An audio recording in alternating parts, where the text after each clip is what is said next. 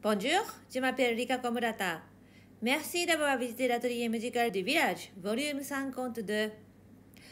Aujourd'hui, au travers de l'étude Opus 25 numéro 5 de Chopin, j'aimerais développer la signification de écouter entre les notes.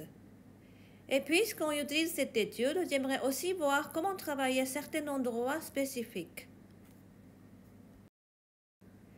Tout le monde a entendu une fois, il faut écouter entre les notes.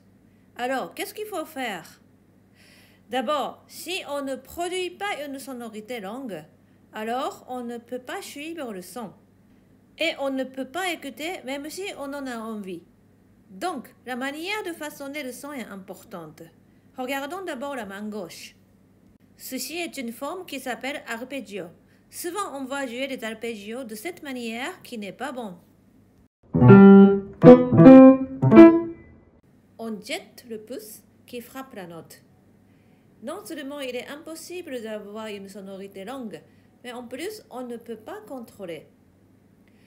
Quand on joue un arpeggio, je donne beaucoup d'importance à la note du milieu pour différentes raisons.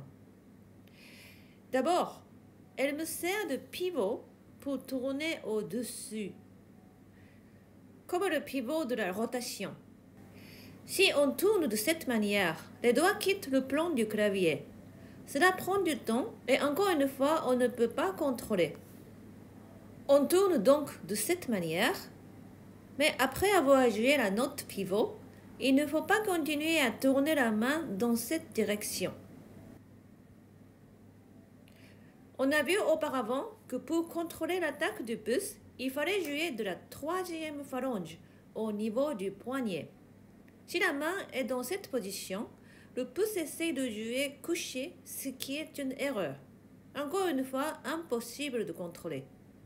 Quand je dois jouer des arpeggios, je travaille souvent comme ceci.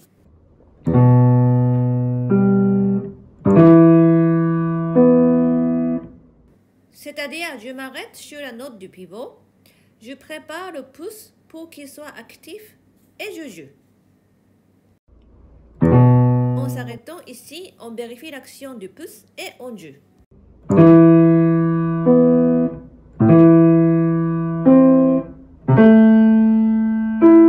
Comme cela, on peut contrôler l'attaque du pouce. Ce qui n'est pas bon, c'est... Il est important qu'en déplaçant, on prépare d'abord la note pivot. Par exemple, si on déplace de mi si sol à sol mi si, quand on a joué mi si sol, on a envie de préparer la note de basse suivante, c'est-à-dire le cinquième doigt. Mais en fait, il faut d'abord préparer la note mi, le deuxième doigt. Je vous montre lentement.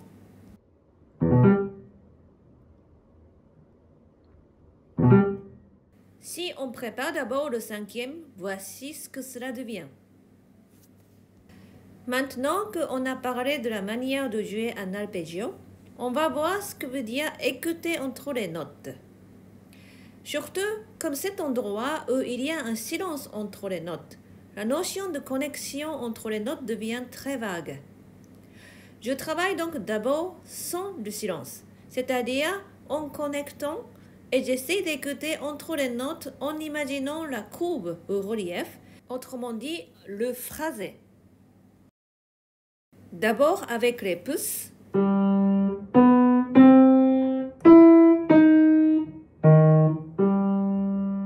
C'est pas mal de vérifier la courbe avec le pouce seul et alors seulement jouer en arpeggio.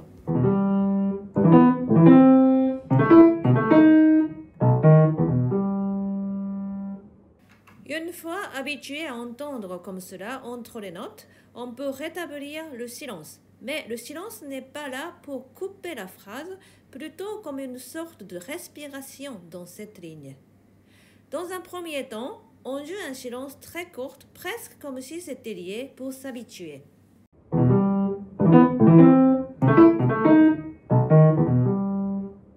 Puis on prolonge le silence petit à petit.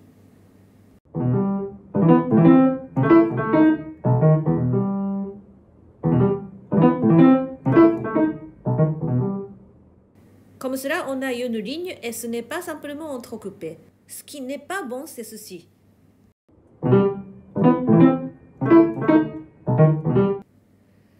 Vous avez certainement entendu la grande différence entre les deux propositions pour le phrasé de la main gauche.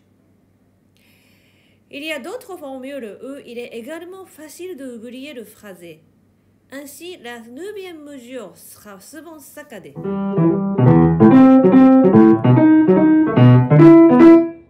Un peu militaire, non? Dans ce genre de cas, je commence par supprimer la valeur pointée en égalisant les valeurs et je travaille. Justement, dans cette pièce, la 37e mesure est exactement ce genre de rythme. Les mêmes notes que la 9e mesure, mais sans le rythme pointé. C'est parfait pour le travail. On commence par cette mesure pour s'habituer à phraser. On travaille sans rythme pointé et on s'habitue à écouter la courbe de la musique.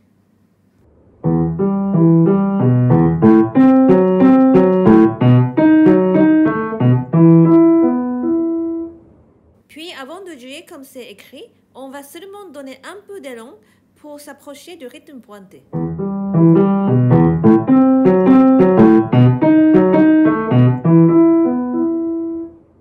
Et on approche petit à petit du rythme pointé.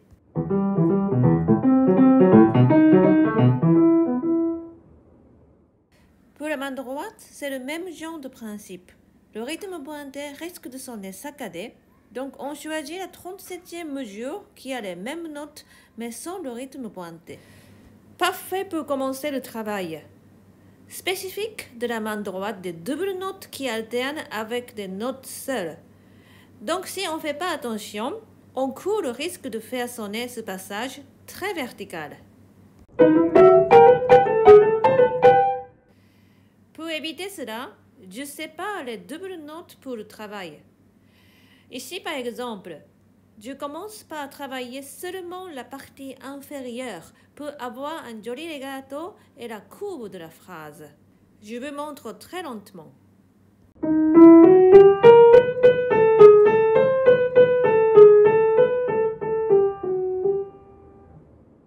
Le but du travail lent, c'est d'enseigner les doigts et les oreilles. Je vous conseille donc d'exagérer la courbe, le relief de la phrase pour que cela devienne nécessaire à votre corps.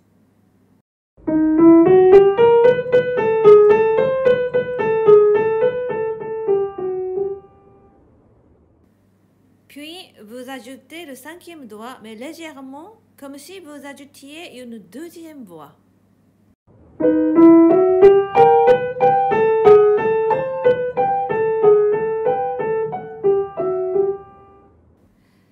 Malgré l'ajout du 5e doigt, il faut que vos oreilles continuent à suivre la partie inférieure. Puis, comme tout à l'heure, on approche doucement du rythme pointé.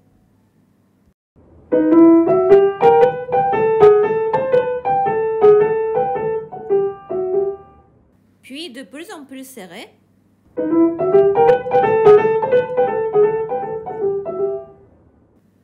Quand on procède comme cela, avec très peu de temps, les deux endroits 9e et 37e mesures sont bien travaillés. Je trouve que c'est un travail très effectif.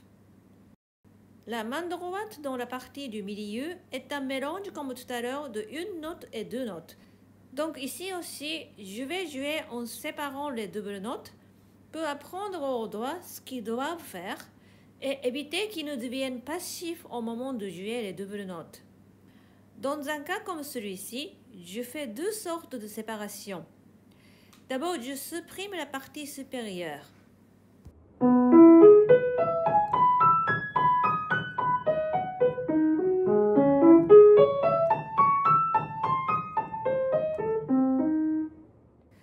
Comme tout à l'heure, en écoutant entre les notes pour que la courbe soit belle et en exagérant le relief pendant le travail lent.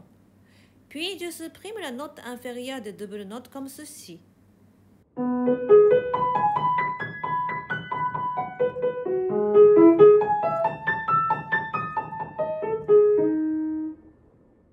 La main gauche est polyphonique, soit 2, soit 3 voix. Donc ici aussi, je travaille un peu en séparant les voix comme cela.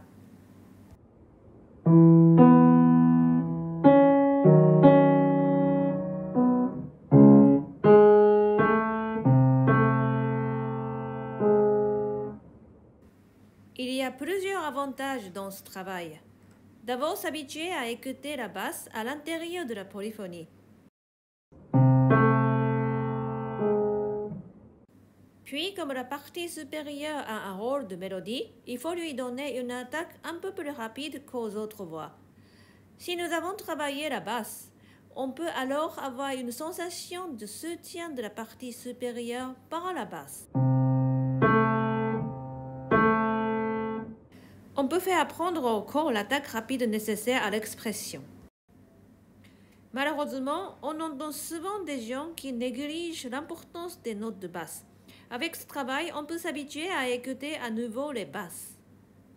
À partir de la 98e mesure, il y a quelques mesures un peu désagréables à cause des accords. Ici aussi, au lieu de penser accords, on peut travailler séparément. Comme tout à l'heure, la ligne 2 pouces 2 pouces.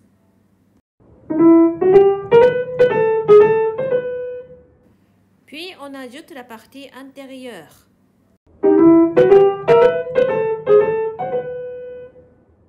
Comme ce passage est assez difficile, je vous conseille fortement ce travail qui fait prendre conscience au doigt lequel joue quelle note. Enfin, on ajoute le 5e doigt.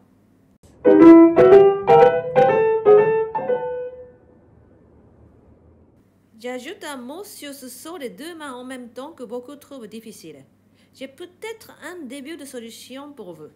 Quand on a un saut qui fait bouger les mains dans deux directions opposées, si on essaie de déplacer en même temps, comme peu d'entre nous ont des yeux de caméléon qui permettraient de regarder des deux côtés, l'œil gauche vers la gauche, l'œil droite vers la droite, l'exercice devient difficile.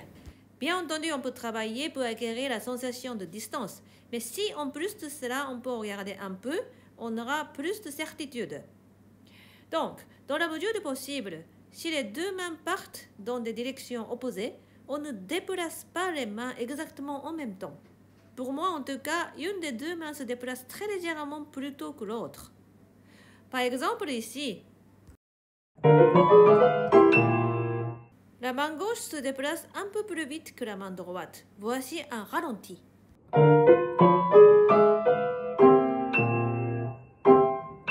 Dans cet ordre.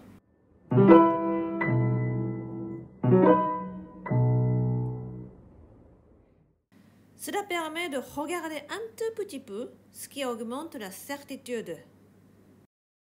Pour parler d'écouter entre les notes, j'ai choisi intentionnellement une étude dans laquelle il y a beaucoup de rythmes pointés.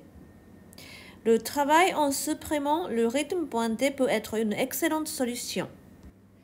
En utilisant cette étude, j'ai également parlé d'autres techniques comme les arpeggios, les sauts ou les doubles notes. Si cela peut vous aider un peu, j'en serai très heureuse. Merci d'avoir écouté jusqu'au bout et à la prochaine fois.